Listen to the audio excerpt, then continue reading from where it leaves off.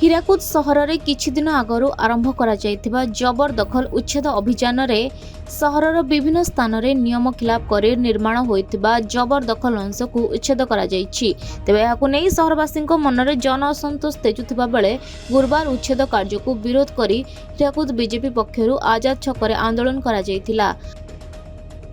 ଆଜି ଧାରଣାରେ ଆସିଛନ୍ତି ହୀରାକୁଦରେ जो 100 फुट भंगा रुजार अभियान चली 100 फुट रास्ता बनवा लगी आज आम संबलपुर सहर हो कि एनएच भी एबे तक 100 फुट रास्ता ही नहीं।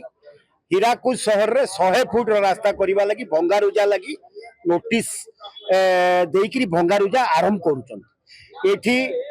तनाशाही शासन राजुड़ी शासन ये अकबर बीरबल रो शासन भलिया ये राजस्व विभाग रो तहसीलदार आउ एसएमसी विभाग रो जो अकबर और बीरबल भलिया टेप धरिक एपटे 50 फुट सेपटे 50 फुट मापिकी भांगीबार जो योजना करुचंती ताकू विरोध करिकरी एटे माँ माने आज घर गोड़ काढ़ी सुभद्रा माँ माने देखू जगन्नाथ कौन आशीर्वाद रमर दाबी प्रथमे थैथान व्यवस्था तापरे उच्छेद एटार नजीर अच्छी।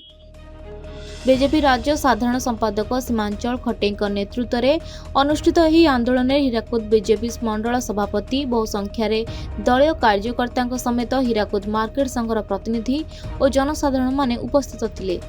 हीराकुद बासिंदा को प्रथमे थैथान कराजिबा परे उच्छेद कार्य करबाकू आंदोलन रे दाबी करा जायछि। एतेसह विकास को जनसाधारण विरोध करुनथिबा बेले विकास नाम रे थैथान न करी उच्छेद को बंद करबाकू दाबी होछि।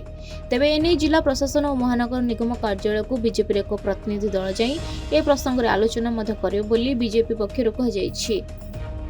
देखो एथिरे आमे जो हीराकुद रे जहाँ जबरदखल उच्छेद होछि एटार गुटे मुख्यतः कारण खाली जबरदखल उच्छेद नुह बरम आमर विकास कहीं ना आमे जेते रोड देखिबा आमे टाउन रो आमे सब जगह चेष्टा करूछु कि सब रोड केमती मेजर रोड स्पेसिफिकली केमती 2 लेन रो 4 लेन आडकू जाऊ ताकि चौड़ा रोड हेले आमर माने जेतु ट्रैफिक भी आमर बढ़ी छी पॉपुलेशन भी बढ़ी छी गाड़ी संख्या भी अहेतुक भाव में वृद्धि पाई छी।